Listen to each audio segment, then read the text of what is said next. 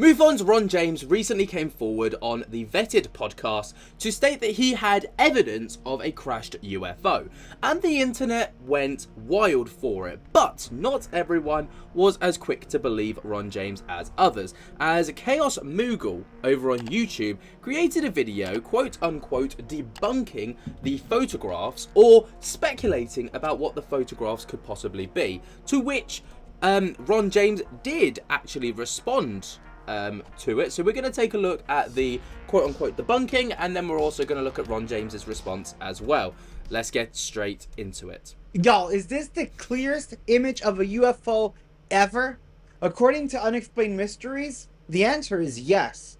They just posted a video yesterday about a man who released the clearest image of a UFO that landed in the middle of a field.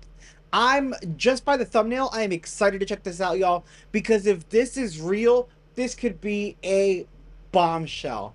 But first, a quick debunk from another image that's setting the UFO community ablaze. Check this out here. As UFOs Reddit says, UFO Twitter has discovered this. An artist's recreation of a flying saucer after crashing near Welcome Lake in Bull of the Woods. Now, this is the image in question, and just yesterday, someone found an actual image of the event. So let's go right here. So, of course, this was the image that was taken on the Vetted podcast, and this was the image shown by Ron James. Obviously, we've got Ron James here. We've got the image here. Right here. See this man showcasing it, showing it off? If you look in, it looks almost exactly like the drawing. A little too close, if you ask me. Down to the tree lines, almost as if it were replicated.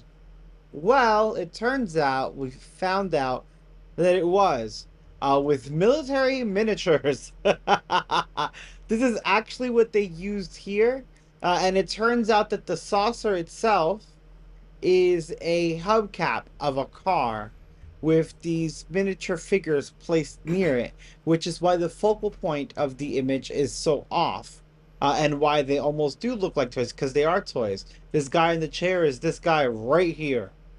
You see this guy standing here? It's this one here. You can even see the position of his arms is exactly like the toy. So this was actually done with military miniatures, and it's not real. So this is not a real image of a UFO that crashed with military personnel in front of it. Now, of course, the images do look strikingly similar. Obviously, the toys compared to the actual image. Do we know for certain that these are miniatures? No. Do we know for certain that this is a hubcap? No.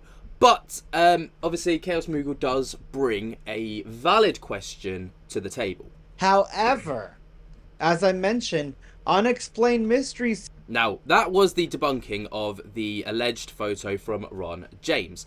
Now, Ron James was asked by Patrick over at Vetted, fantastic interviewer, by the way, about the allegations. Apparently, he sent him a text talking about it. Obviously, on the video itself, there were the miniatures, miniatures, and then the people here. It does look strikingly similar. We can't lie about it, but this is what was said. Okay, Ron.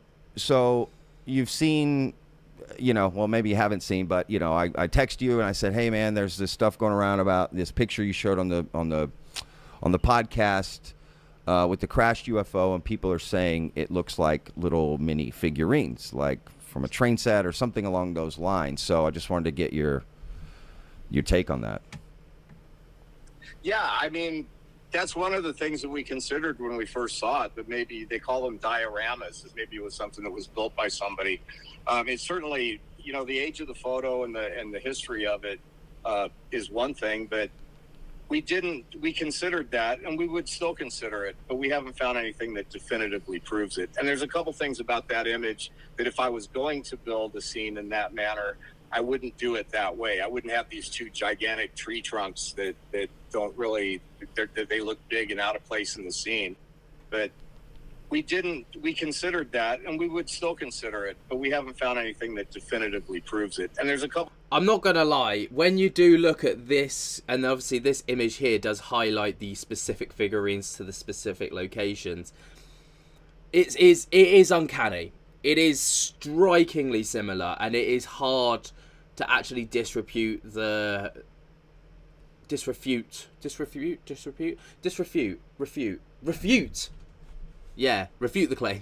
that are being made here, because, like I say, it is uncanny. Couple things about that image, that if I was going to build a scene in that manner, I wouldn't do it that way. I wouldn't have these two gigantic tree trunks that don't really, they look big and out of place in the scene. But they are consistent with the kind of trees that are in that part of the country. So we haven't dismissed the idea that maybe that's the result. But the other thing to consider is this is one of about 20 pictures, and there's a whole bunch of other corroborating evidence of this story, and we're investigating all of it.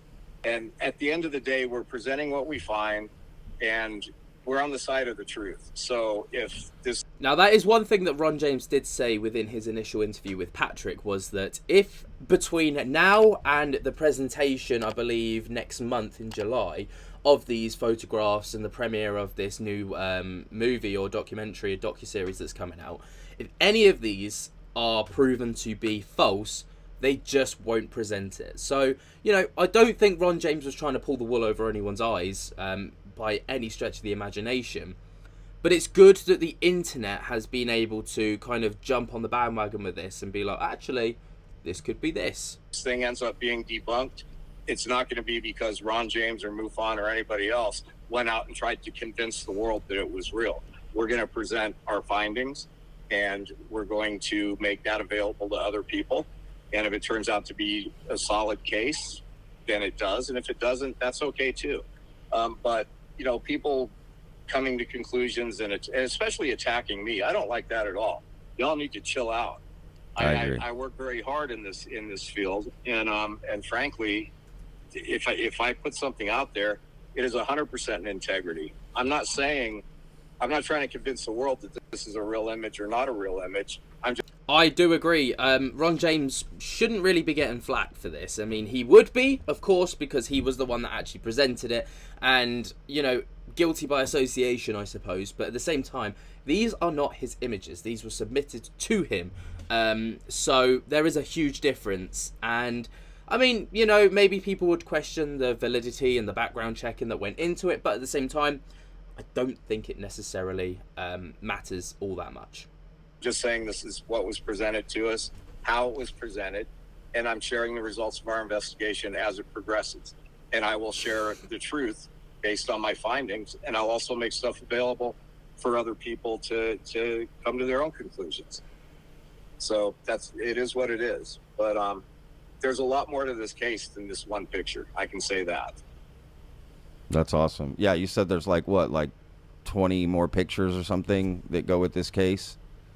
Yeah, there's the guy sent this box of debris to the family, and we have pictures of all the debris, and apparently they were taking it. This is crazy. It's going to sound crazy. They were taking it to get it tested, and it got stolen out of their car. And there is actually a copy of the police report that they filed when the stuff got stolen out of the car. And this is back in the 90s or early 2000s. And there's other pictures. There's typewritten letters from the pilot that supposedly flew with this guy's dad, telling them about different levels of operations between Wright-Patterson and these secret air bases that were flying the F-94 jets. There's just a lot of stuff. So, you know, I know if I saw this online, I'd be looking for a way to debunk it. I don't mind that. I think it's healthy. But at the end of the day, don't jump to too many conclusions. And if somebody finds definitive proof that that this was totally a diorama and we can't debunk it, hey, I'm down. It'll save me more time and money investigating this thing. Yeah. Right. So there you go. Long story short is I don't think that we should be blaming Ron James for this. He's not intentionally tried to mislead anyone, but at the same time, of course, the resemblance between the minifigures and the image it's very hard to say that that's not the case. But What do you guys think? Let me know your thoughts and opinions down in the comments below. While you're down there, be sure to jump to get the hell out of that like button if you have not already. Subscribe if you're new. Tickle my little bell so you get notified whenever we upload to the channel. And until next time, guys, I hope that you have enjoyed, and I'll speak to you later. Peace.